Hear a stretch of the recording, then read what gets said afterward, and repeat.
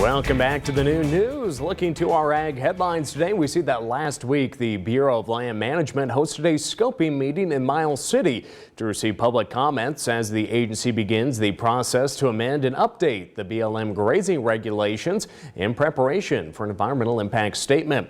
Phillips County rancher and president of the Montana Public Lands Council, Vicki Olson, was at the event and said ranchers came from all over to share their input. These meetings, there's only 4 in the West, and there's 11 Western states that have BLM lands, so we felt fortunate to get one that close, and I was just super impressed. They were expecting like 50 to 75 people, and we had at least 200 people in the room. Through this rulemaking process, the BLM seeks to improve existing land use planning and grazing permitting procedures while simultaneously promoting conservation on public lands. Olson said it's vital public lands ranchers share their first-hand accounts of how to improve the regulations. They are so important because we need to tell our story on what these regs do to us in our daily lives and how they affect us. Say you want to build a dam. How long does it take you to get all of the approval and stuff like that? Some of this stuff needs to be streamlined if you want to change a fence line or anything.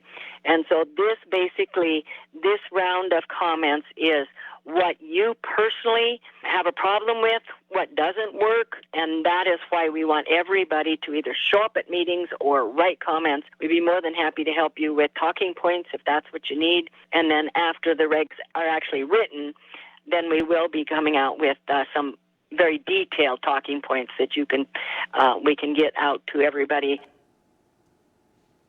Now, there are 2 more public meetings taking place in Elko, Nevada on February 18th and Casper, Wyoming on February 20th. Public lands ranchers who are not able to make these meetings, of course, since we're up in Montana and would like to share their input regarding a specific aspect of regulations, you can do so online by March 6, 2020.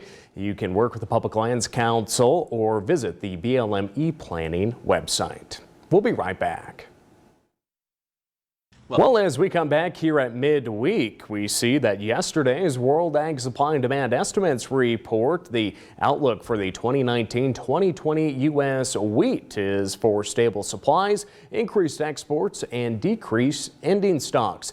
The only supply or use category that was changed this month was a 25 million bushel increase in exports, reflecting growing competitiveness in international markets. Ending stocks are cut by a corresponding amount and are now forecast to total 940 million bushels, a 5-year low.